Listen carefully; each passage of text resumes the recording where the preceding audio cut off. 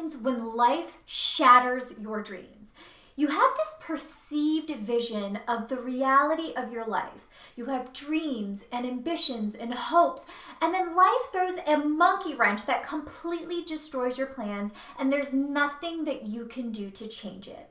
If you've ever had your heart set on something and it doesn't come into fruition, you might experience disappointment, depression, grief, and deep just wondering, I'm a good person. Why can't I get what I want? If you've ever experienced this, you are going to want to watch this Thejal TV episode.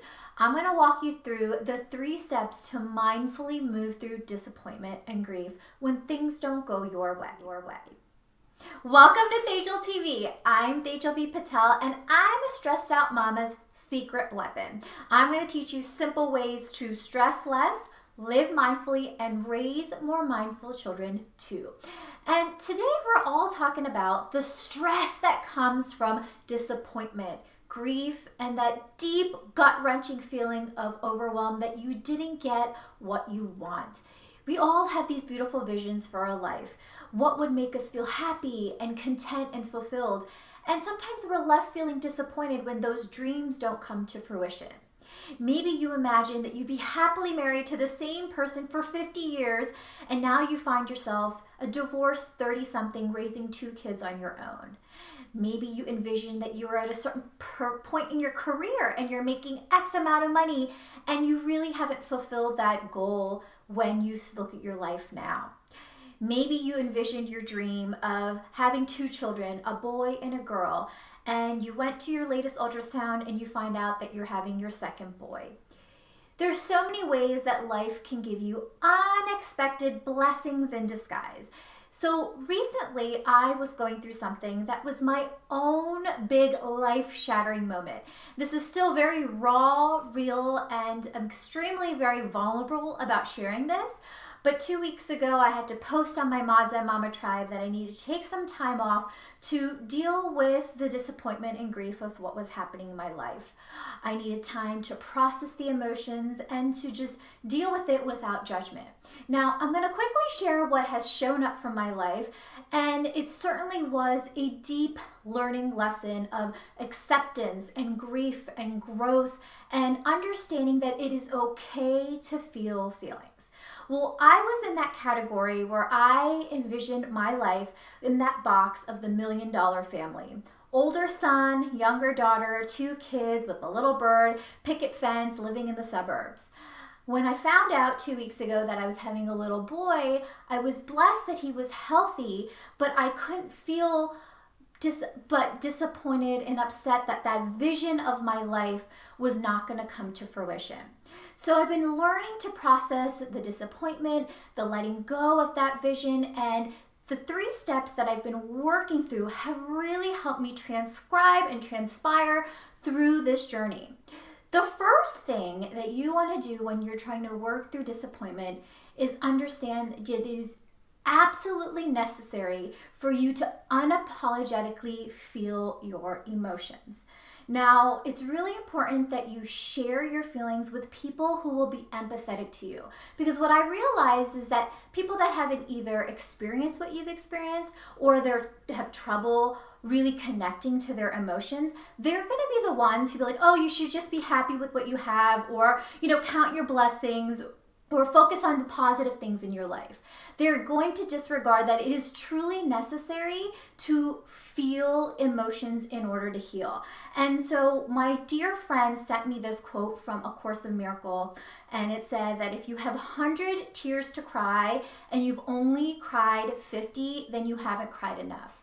And so yes, for 1 week I was dealing with the overwhelm of that shattered picture in my mind, and I cried and I was upset and I let myself heal and feel. It was uncomfortable, it was raw. There were times that I would just think about it and I'd feel this lump in my throat, but I felt because I needed to work through letting go of whatever vision that I had. And if I didn't allow myself to feel that energy and those those emotions would just be suppressed and move into resentment, to victimhood, to envy when I saw someone else that had a baby girl.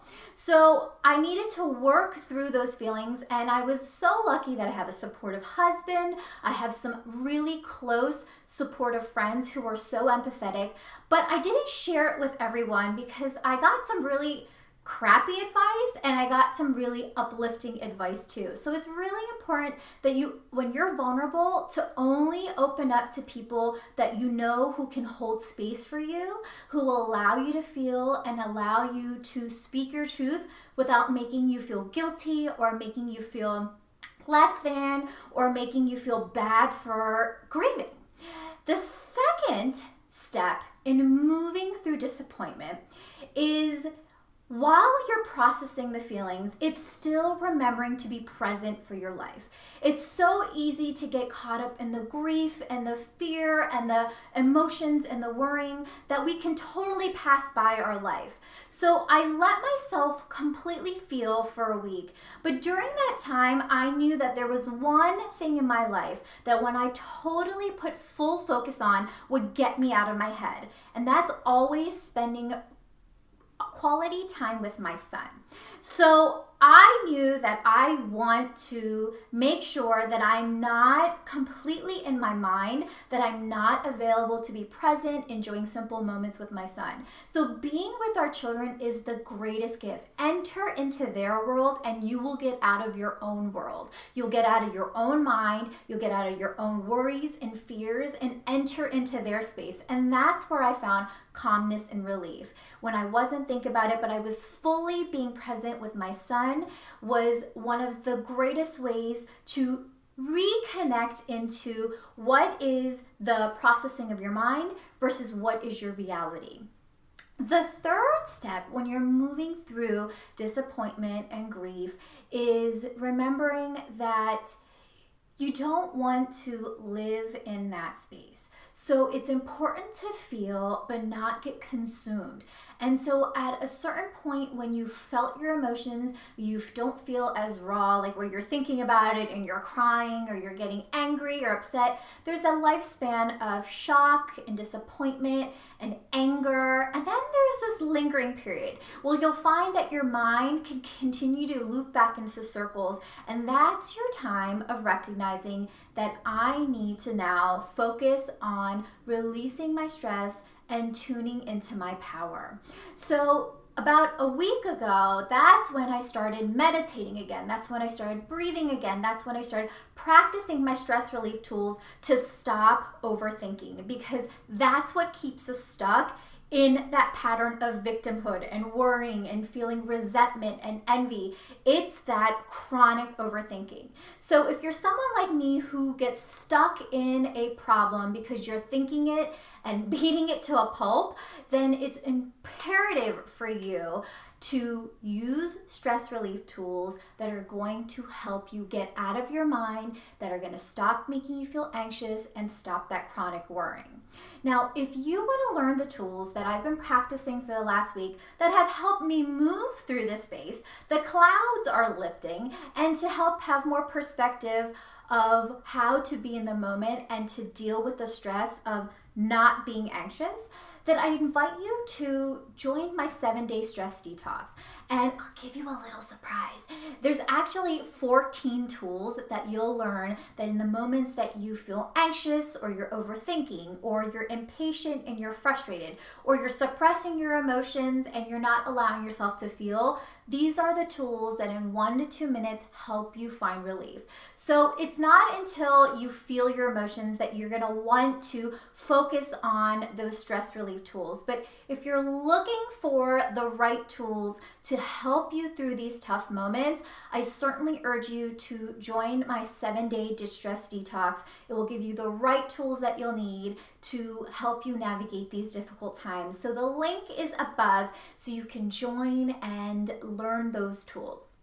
There you have it. Those are the 3 steps to help you mindfully move through disappointment. Now, I want you to remember one crucial thing. My friend had sent me these beautiful bracelets to help remind me to reclaim and be connected to my power. And one of the things that it said on this bracelet is, what is meant for you shall not pass you. So even though your vision of your life may be different, know that whatever is meant to you for you will come in divine timing. And trust that if it is not meant for you, something bigger and beautiful and more elaborate beyond your wildest imagination is coming through to you. Now I want to hear from you. I know that this can be a really raw and vulnerable topic, but I'd love to know, has there been a time in your life that you had a vision for your life and then life completely shattered your dreams? If so, join me in the Mods and Mama Facebook group and answer and share and let us know how you worked through it and what happened. I know for certain, going through this journey, that knowing that I wasn't alone and having others share their own stories of disappointment really helped me heal. And so if we can help you feel not alone, this would be a mutually beneficial experience for us to heal together. So if you love this video, certainly subscribe to my channel. Make sure you head over to Tejal V. Patel and make sure you subscribe to my newsletter. You'll get free mindfulness trainings. You'll get these vlogs sent directly to your inbox. Plus, you'll be the only people to get bonuses for early enrollment in my mindful parenting courses.